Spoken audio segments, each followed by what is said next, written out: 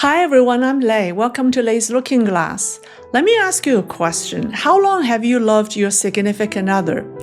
A few years? Maybe decades? What if I told you that you've loved him or her for thousands of years? In Buddhist stories, a single stick of incense can burn for 500 years. And for a man and a woman to be a couple, it may take 1,000 years.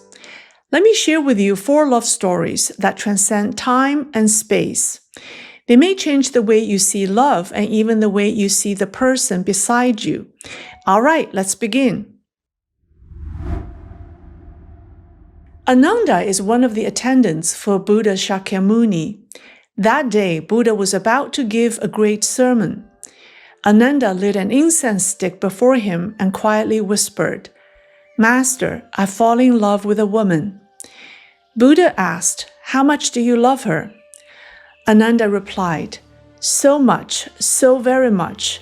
I'd rather turn into a stone bridge and endure 500 years of wind, 500 years of sun, 500 years of rain, just so she could walk across once." Buddha sighed, "Ananda, when she walks across, you will already be a bridge and never be able to spend your life together with her. Do you still wish to abandon your spiritual path and suffer for love?" Ananda bowed his head and said, "I do." "Then go," Buddha said gently. And so Ananda became a stone bridge. Every day he endured the sun, the rain, the endless wind. Yet the woman he loved never came, until one day she suddenly appeared. Before Ananda could see her clearly, she ran swiftly across the bridge, leaving only the outline of her graceful back. Ananda was left in boundless loneliness, waiting for her to return. A year passed.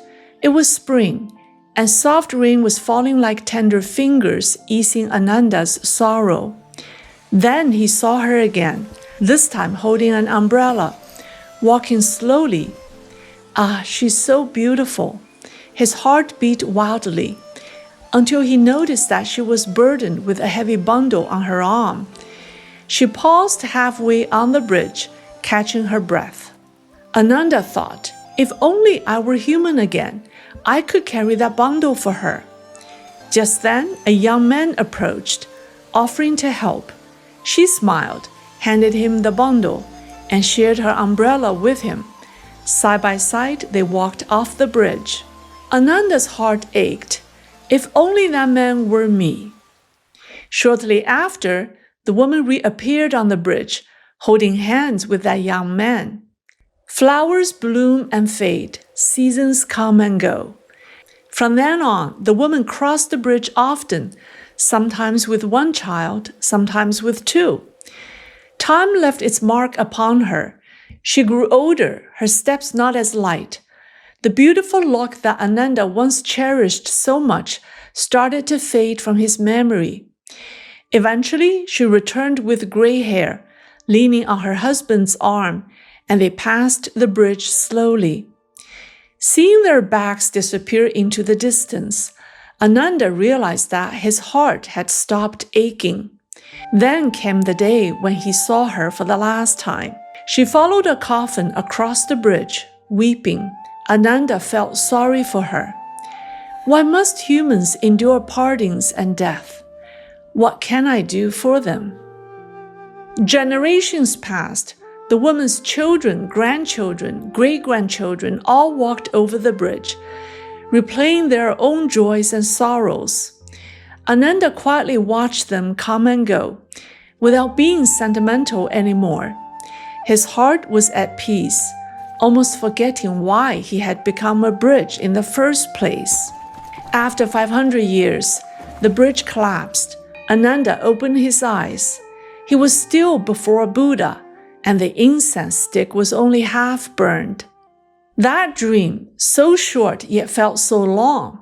Short because an incense stick had not finished burning. Long because Ananda could no longer recall the woman's face, as the memories had become blurry. So the young man in this story enlightened because of a bridge. The next story also involves a bridge, This time, it's a young woman who waited 1,000 years to learn the truth.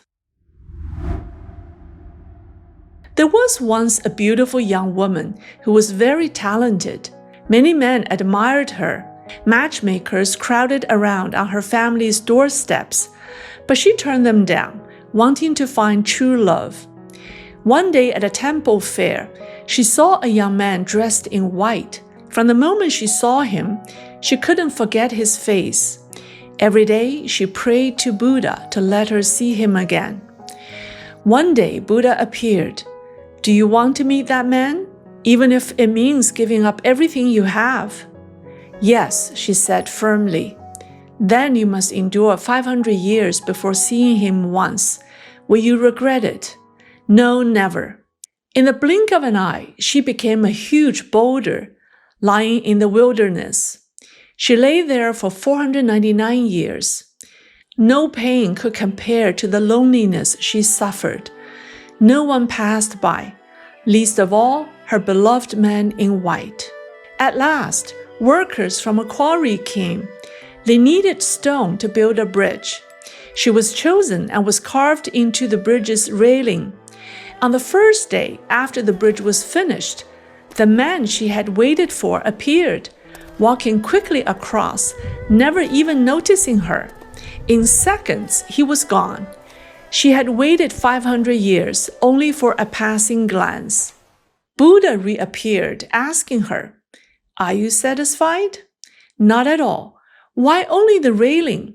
If I had been placed in the center of the bridge, I might have touched him.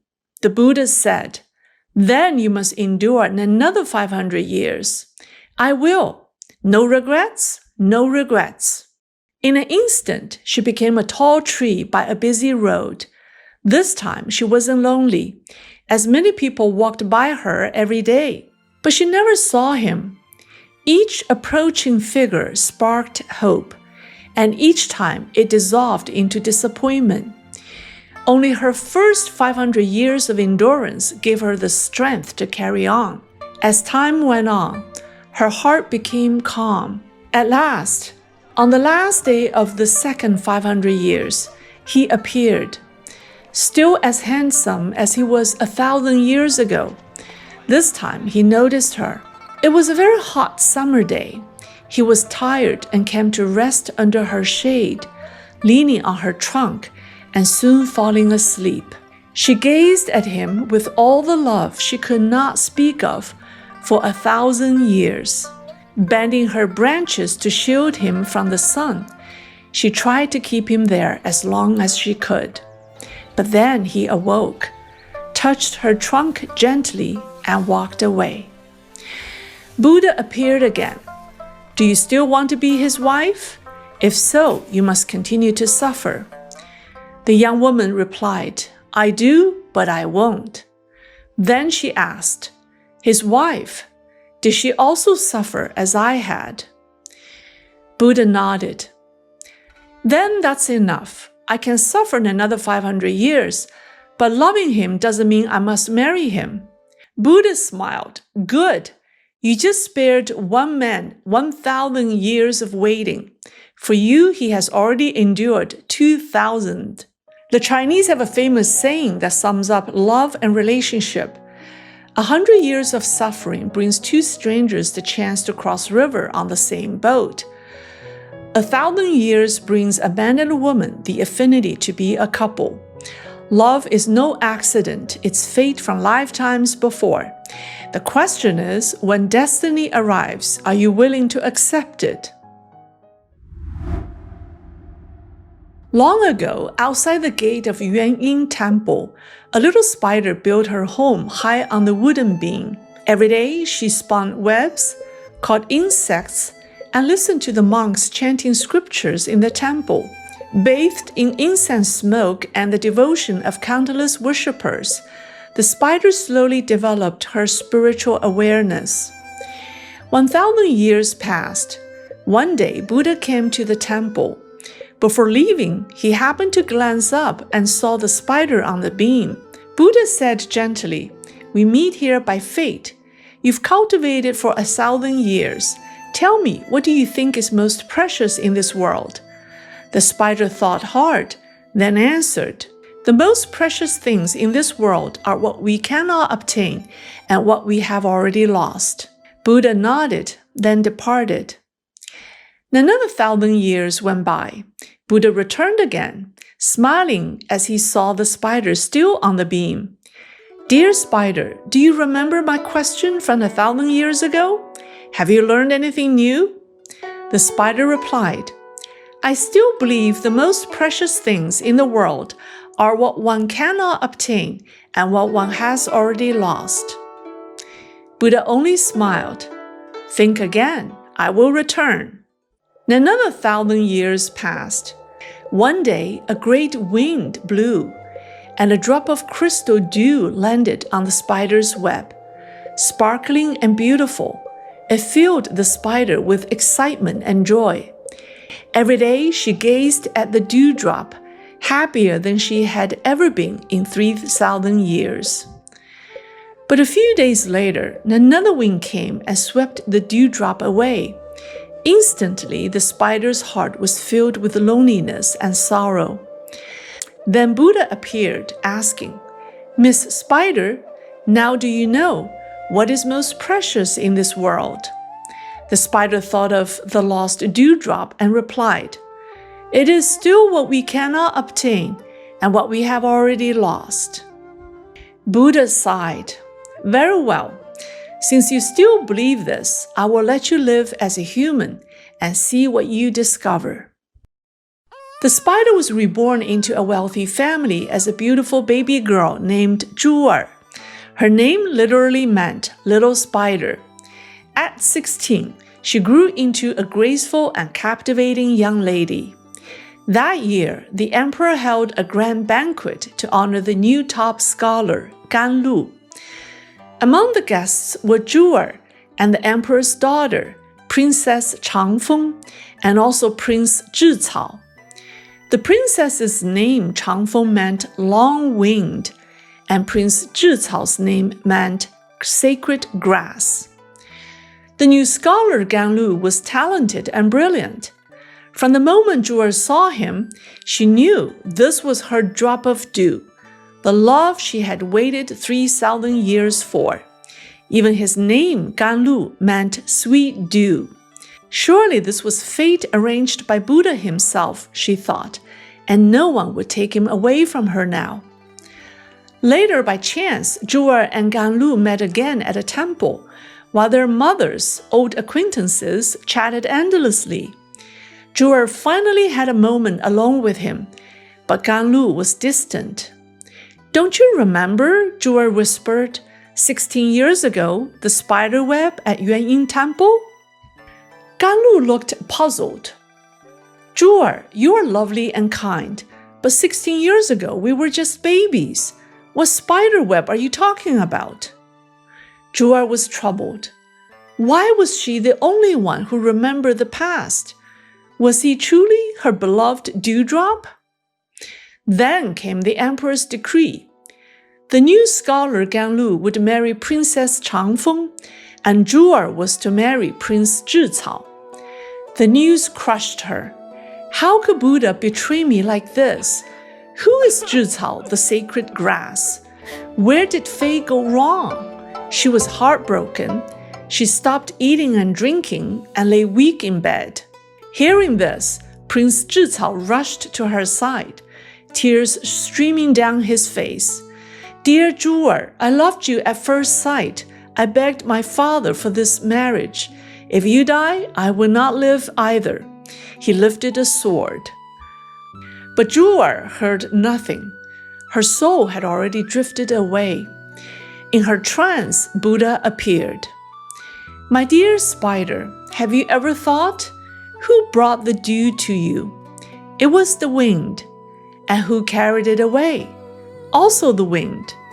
Gan Lu, your dew, belongs to Princess Long-Winged. He was never truly yours.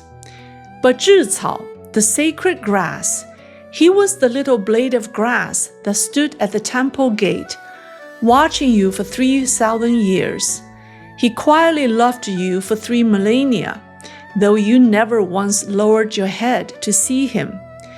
Now tell me, what is most precious in this world?" Zhu finally understood.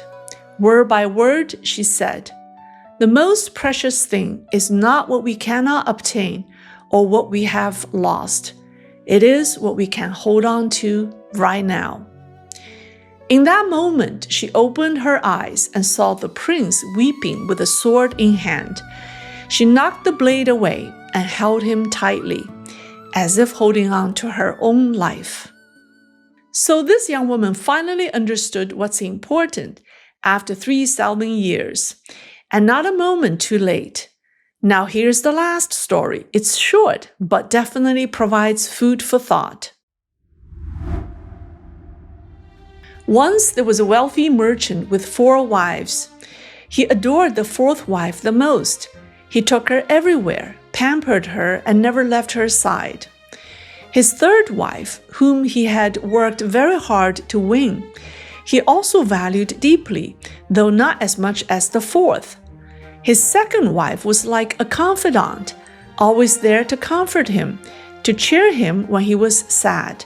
As for the 1st wife, she was neglected and was left to manage all the chores. She took care of everyone but was ignored and treated like a servant, yet she never complained. One day, the merchant realized he needed to travel far. He asked his wives if they would go with him. The 4th wife said firmly, "I will not." Her coldness broke his heart.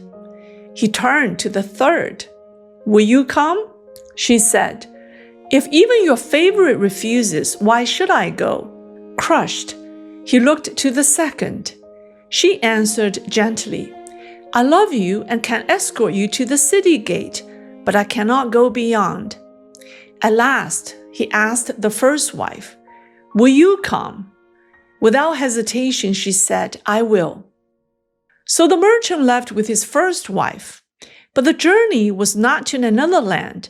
It was to the underworld, because the merchant had died. His wives, of course, were not real women. They represented his life. The 4th wife was his body, loved dearly, yet abandoned at death.